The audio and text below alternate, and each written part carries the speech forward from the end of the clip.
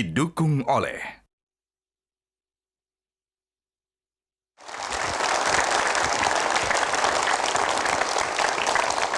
Ya, menarik ya dari tugas yang diberikan masing-masing oleh perusahaan. Ya, Rama tadinya office boy, kemudian dilihat ada potensi, kemudian dipromosikan. Dan saya dengar kan bukan cuma untuk menjaga keselamatan di area perusahaan ya, tapi karena saya dengar ada bencana-bencana di mana tim rescue dari PPA ini, Putra Perkasa Abadi ini, itu dikirim juga untuk membantu ya. Iya, Jadi betul tidak sekali. terbatas pada kepentingan perusahaan. Betul, Pak. Pernah ditugaskan ke bencana apa aja? Pertama kali turun itu di bencana Palu, Pak, 2018. Oh, sampai di Palu. Siap. Tunggu, PPA ini ada di mana? Saya di ZBIB Kalimantan Selatan. Kalimantan Selatan. Siap. Tapi begitu ada bencana di Palu, berangkat ke sana juga? Siap. Oh, jadi tidak melulu di Pulau Kalimantan juga Iya. ya? Seluruh Indonesia, Pak. Seluruh Iya, Indonesia. jadi jika terjadi bencana di seluruh Indonesia, kita tim PPA grup langsung turun ke bencana tersebut. Jadi di Palu waktu itu bisa cerita sedikit apa yang dilakukan di sana? Jadi yang pertama kita di Palu itu membantu pencarian, evakuasi, dan juga kita membantu membuka dapur umum, membuka posko kesehatan, dan juga WC, pembuatan WC umum. Oh, itu penting sekali Iya, itu. siap. Iya. Katanya kamu juga pinter karena pernah apa? Jadi kuli bangunan. Iya, betul, Pak. Jadi kamu juga di sana katanya ikut bantu-bantu bikin WC umum. Oh, WC umum. Siap. Timnya ada berapa orang sih sekarang ini? Kalau sekarang yang menyebar di seluruh set itu ada 50 orang, Pak. Karena set PPA sekarang ada 10. Nah, ini yang menarik ini, soal ini. Katanya ikut kan dalam lomba. Iya. Biasanya tim rescue itu lomba apa sih? Lomba, ini kan pemadam kebakaran ya? Iya, Ada lombanya juga? ada, Pak. Dan kalau lihat tadi ada banyak penghargaan yang sudah didapat. Juara umum 2 kali bahkan Siap. ya. Tahun 2021 sama 2021 sama 2022. tahun ini. Dan ini jadi kebanggaan tim Iya. kalian ya. Siap. Ini se-Indonesia kan? Se-Indonesia, Pak. Oke, kita berikan aplaus untuk Rama prestasinya.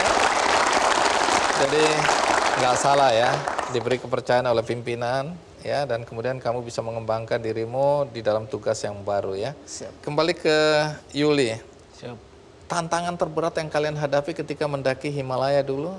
Tantangan terberat adalah suhu ya, yang pertama suhu, terus kemudian di sana itu makanannya beda Pak, sama di sini tuh semua makanan di sana itu rasanya sama semua. Iya. Iya, ya, rempah-rempahnya kurang ya. Iya. Jadi itu mempengaruhi selera makan juga Iya ya. benar. Jadi Padahal harus makan cukup itu di sana Iya. ya. Jadi waktu sampai di puncak island sini, iya. terus turun lagi kan naik ke puncak merah ini ya. Merah Peak. Itu berapa lama itu dari puncak ini menuju puncak ini, perlu banyak waktu atau kalian sempat di base camp berapa lama dan seterusnya? Iya, waktu turun dari Island Peak itu kita menuju ke titik nol lagi, titik start kita memulai pendakian yaitu di Lukla, itu di Bandara Lukla itu sekitar 4 hari kita turun. Terus kita recovery di sana 2 hari, kemudian kita melanjutkan perjalanan lagi ke Merah Peak. Berhasil, karena nggak semua tim berhasil ya. Iya, Dari banyak. berbagai negara juga belum Iya. tentu berhasil ya. Iya. Faktornya itu cuaca sama daya tahan tubuh sebenarnya. Oke, kita berikan aplaus untuk prestasi yang luar biasa. Jadi makna climb to the top ini kamu jalani secara harfiah ya, betul-betul dari bawah gunung sampai ke puncak ya. Iya. Dan sebentar lagi akan menuju ke puncak Everest. Iya. Kita doakan semoga sukses juga untuk Rama ya. Sukses lagi untuk ketiga kalinya. Cerita tentang orang-orang yang menapak karir ya, memulai usaha dari bawah kemudian berhasil from zero to hero, selalu memberikan inspirasi dan semangat bagi siapapun yang mendengarkan kisah-kisah seperti itu. Makanya banyak sekali pertanyaan, kenapa di acara Ki Candy sering sekali ditampilkan kisah-kisah seperti ini? Karena saya selalu antusias untuk menceritakannya kepada siapapun juga, Karena ini memberikan energi baru, semangat baru bagi siapapun yang mungkin hari itu mindsetnya bilang bahwa aku tidak akan sukses dalam hidupku. Atau merasa bahwa dia tidak akan punya peluang untuk menapak karir lebih baik lagi. Jadi hari ini suntikan semangat itulah yang ingin saya berikan kepada siapapun yang menonton acara ini. Nah, berikutnya tentu inspirasi baru yang akan kita dengarkan dari siapa? Dari Joko Tri Raharjo.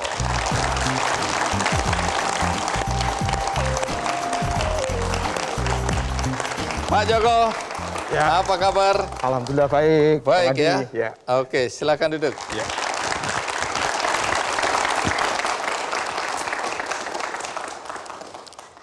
Jadi Anda posisi dan jabatannya apa sekarang? Saat ini di PT Putra Perkasa Abadi sebagai Direktur Operasi dan CEO di PT Antaraja Mahada Makmurnya. Ya. Oke, cukup tinggi berarti ya, top manajemen ini ya. Ya, ya. Tapi apa benar dulu Anda itu posisinya helper? Helper itu apa ya? Helper itu jadi pembantu. Jadi kami mulai bekerja sebagai tukang cuci mobil atau nyucikan mobil bos itu. Jadi Iya. ada Oh, mobilnya bos yang Anda cuci? ya, yang nyucikan mobil bos. Kemudian tahun 90-an itu, kemudian setelah itu di 91 kami naik pangkat jadi checker. Checker itu memberikan jam kerja untuk alat-alat berat. Jadi kalau ada operator-operator yang Iya. bawa bulldozer itu, kami mengasihkan jam kerjanya hari ini. Ngecek gitu ya? Ngecek, jam ini Oke. kerjanya berapa. Setelah 1 tahun kami jadi operator, jadi diangkat sebagai operator alat berat, waktu namanya ORD, Operator Rental Division. Kemudian 1 tahun setelah jadi operator kami setahun lagi, tahun 94 kami diangkat sebagai blaster atau juru ledak. Kemudian setelah itu naik ke surveyor, jadi saya diangkat sebagai surveyor, di mana surveyor itu memberikan tanda-tanda bendera-bendera sebelum operator-operator bekerja. Nah, setelah itu kemudian kami 4 tahun setelah itu menjadi planning engineer, jadi bagaimana mendesain tambang supaya tambang tersebut adalah sesuai yang kita harapkan, jadi tidak longsor, berjalan dengan baik. Kemudian berjalan lagi di 2005 kami diangkat sebagai project manager atau manager project di 2005. 2008 kami diangkat sebagai operation manager, artinya membawai beberapa project manager. Kemudian 2011 kami diangkat di direktur operasi. Kemudian 2018 kami diangkat sebagai presiden direktur di sebuah anak perusahaan yang bergerak di pertambangan. Wow, dari helper ini ya. Jadi mulai dari helper itu artinya nyuci mobil. Iya, iya. Sampai sekarang di level tertinggi top manajemen itu butuh waktu berapa lama tadi itu ya? Kami sampai 90 menuju direksi itu di 2010, jadi kami butuh waktu kurang lebih 20 tahun.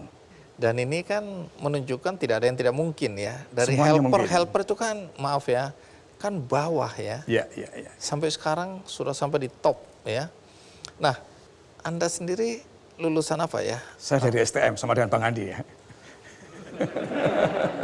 Jadi pelajarannya apa hari ini?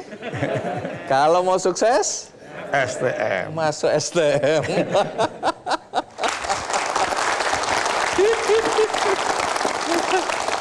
Tapi pendidikan orang tua apa? Kami orang tua hanya lulusan SD, jadi waktu itu mungkin sekolah rakyat ya. Mungkin Oke, SD. SR ya. Kemudian ibu tidak selesai SD. Ya, Pekerjaan orang tua apa kalau gitu? orang tua bapak saya sebagai tata usaha di Universitas Gadjah Mada, jadi tata usaha yang suka ngetik itu. Bukan lulusan UGM ya? Bukan, lulusan SD, lulusan SD tapi kerja di sana. Oke. Kemudian ibu saya bakul jualan lontong ya, ada gula, ada beras begitunya. Jadi jualan ada toko warung kecil lah, warung kecil. Jadi Anda bukan anaknya orang kaya lah. Ya? Bukan. Ya, menarik. Karena kalau sekarang saya tanya nih, Iya, iya. pendidikan Anda terakhir, pendidikan formalnya apa? Saat ini kami S3, doktor saat ini. Doktor. Iya. Doktor apa? Bidangnya apa? Kami di ilmu manajemen. Kalau S1-nya sama S2-nya apa? S1-nya kami di manajemen, S2-nya di teknik industri, S3 kita di ilmu manajemen. Ya. Artinya di sini juga membuktikan kalau memang pendidikan kita hari itu Ya. tidak tinggi-tinggi amat, Ya. kita bisa melanjutkan ya. Ya, Karena Anda ya. melanjutkan sambil bekerja berarti ini Ya, ya. betul semuanya. Ya. Membagi waktu antara pekerjaan dan sekolah. Sekolah. Ya. Berhasil. Alhamdulillah. Jadi selesai. dokter. Jadi dokter. Saya tidak. Baik, akan menarik mendengarkan cerita Pak Joko ya bagaimana nilai-nilai, prinsip-prinsip ya dalam hidup maupun dalam bekerja yang dia terapkan dalam dirinya sehingga dari helper bisa sampai pada top level manajemen. Bagaimana ceritanya? Ikuti terus KKMB. Di beberapa para pengusaha itu jatuh bangun.